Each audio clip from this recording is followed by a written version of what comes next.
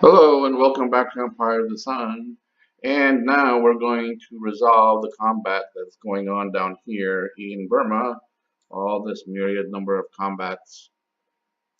Okay, so four battles to resolve. One, two, three, A, B, C, and D. First thing you gotta do is what? You gotta see if you make their intelligence roll, and the intelligence roll is at least a 7. I think it has to be, yeah, 7 or less. No, 7 with a -2 DRM. So the only way they're going to screw this up is if they roll a 9. Okay, the reason why it's a -2 DRM is because we entered an enemy Azoi.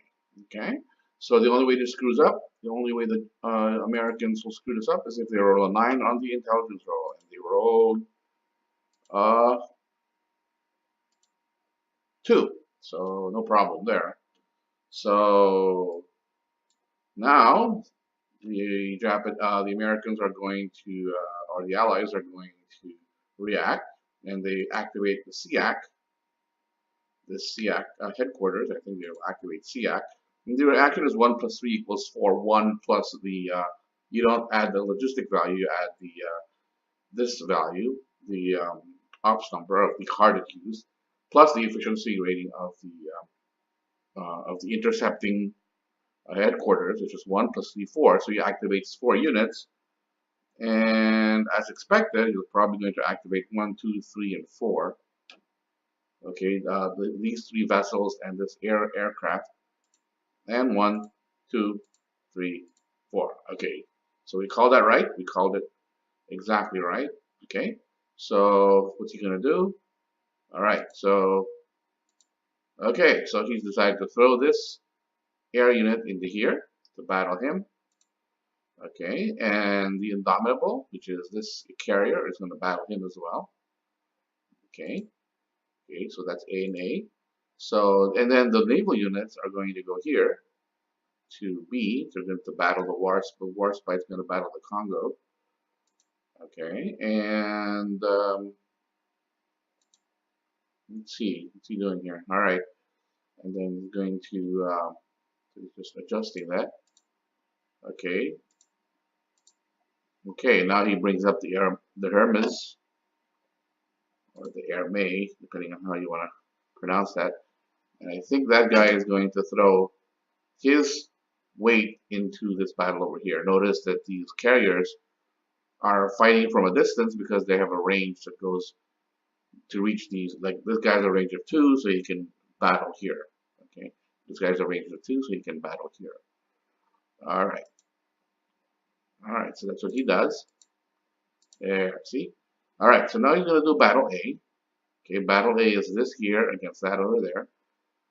And he says Japanese. Okay, let's look at battle A real quick and see what's going on.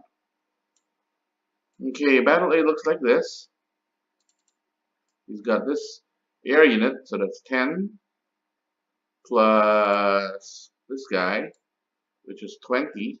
Okay, so it's this guy and this guy against this guy over here. This is the unit that I'm using, and this is only a 5. Okay, this only has a strength of 5. It says 10, but I'm fighting from a distance. 1, 2, 3, 4.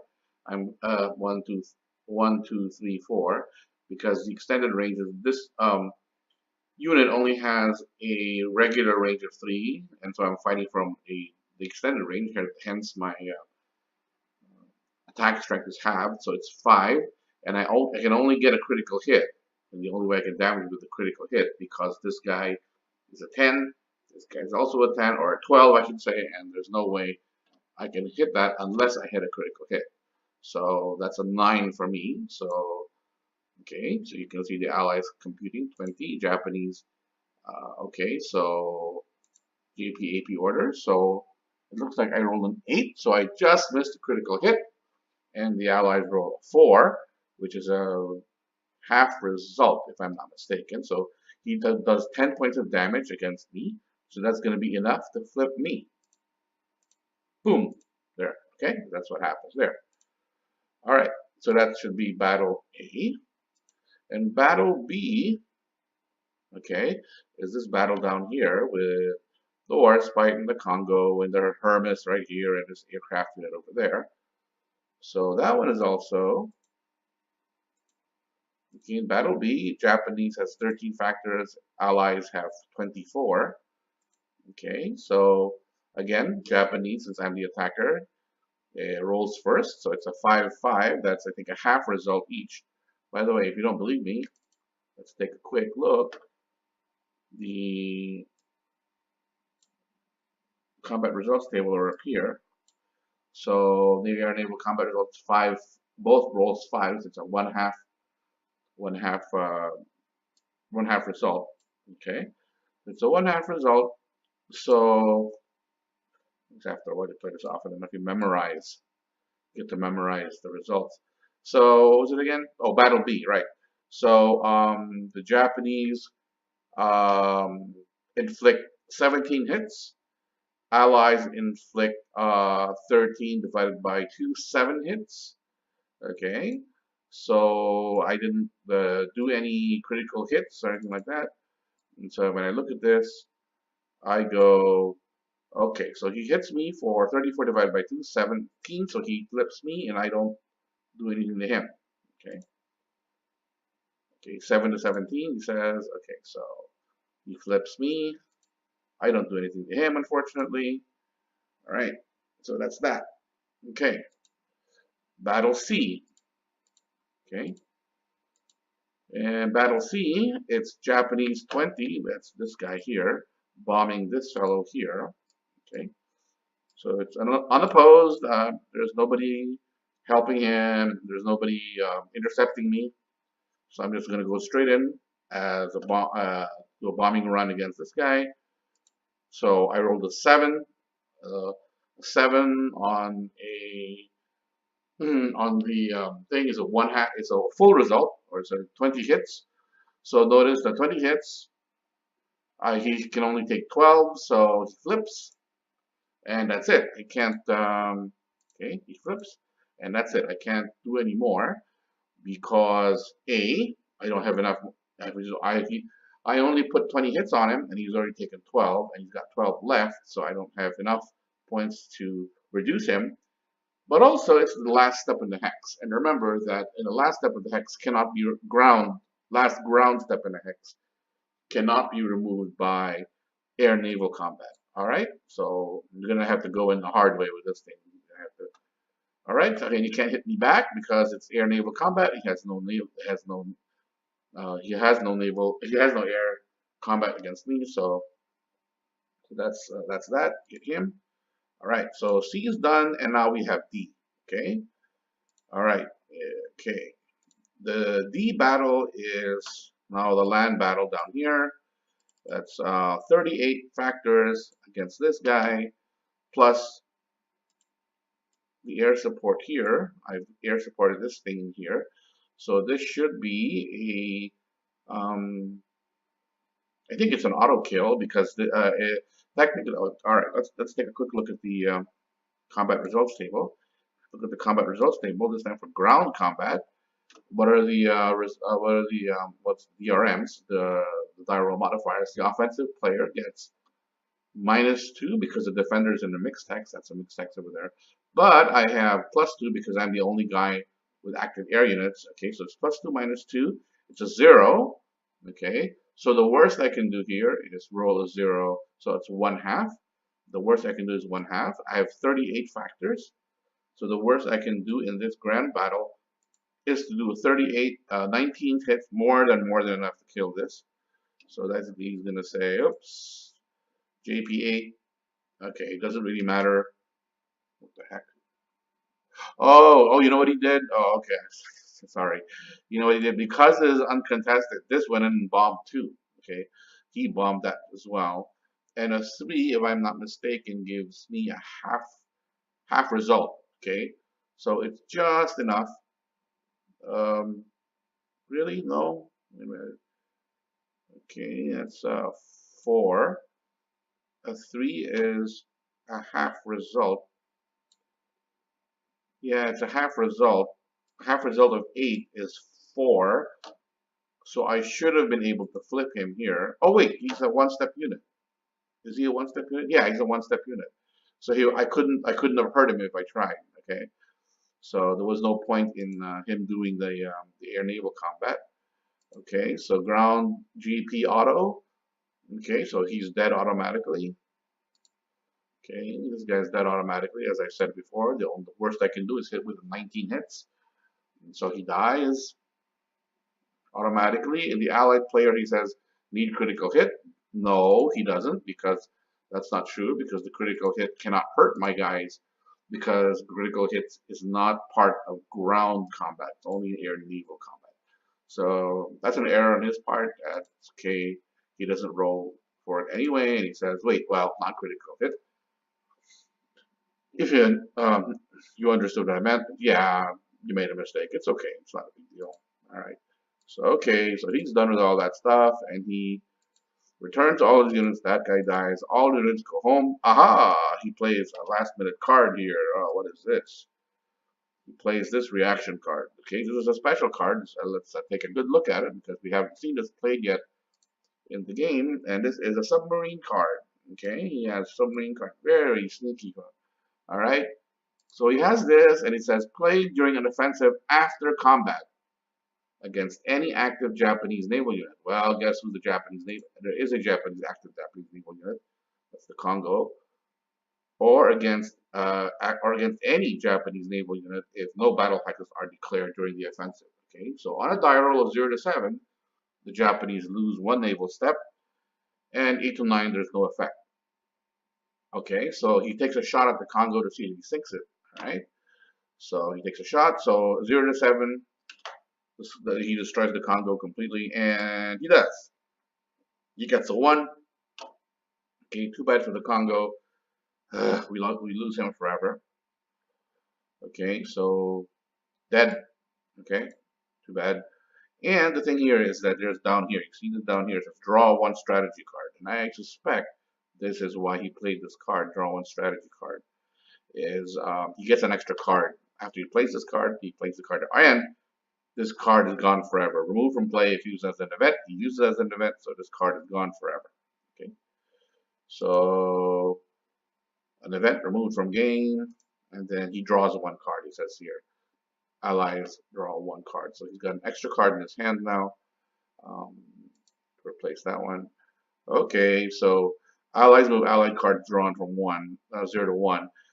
If you'll notice here, there's a 3 max drawn cards, 3 max. You can only draw 3 cards maximum from these draw strategy cards. You can only draw 3 in one turn. Okay, that's the maximum. All right, so that's that. He post battle movement. He puts his guys back to where they came from. Okay.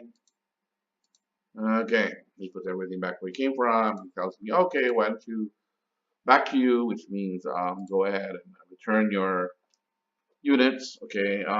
What I did was here was all I did was this one down here. I moved this fellow, okay, because he launched an attack, so he's eligible, he's active. I could also return this guy, but I won't.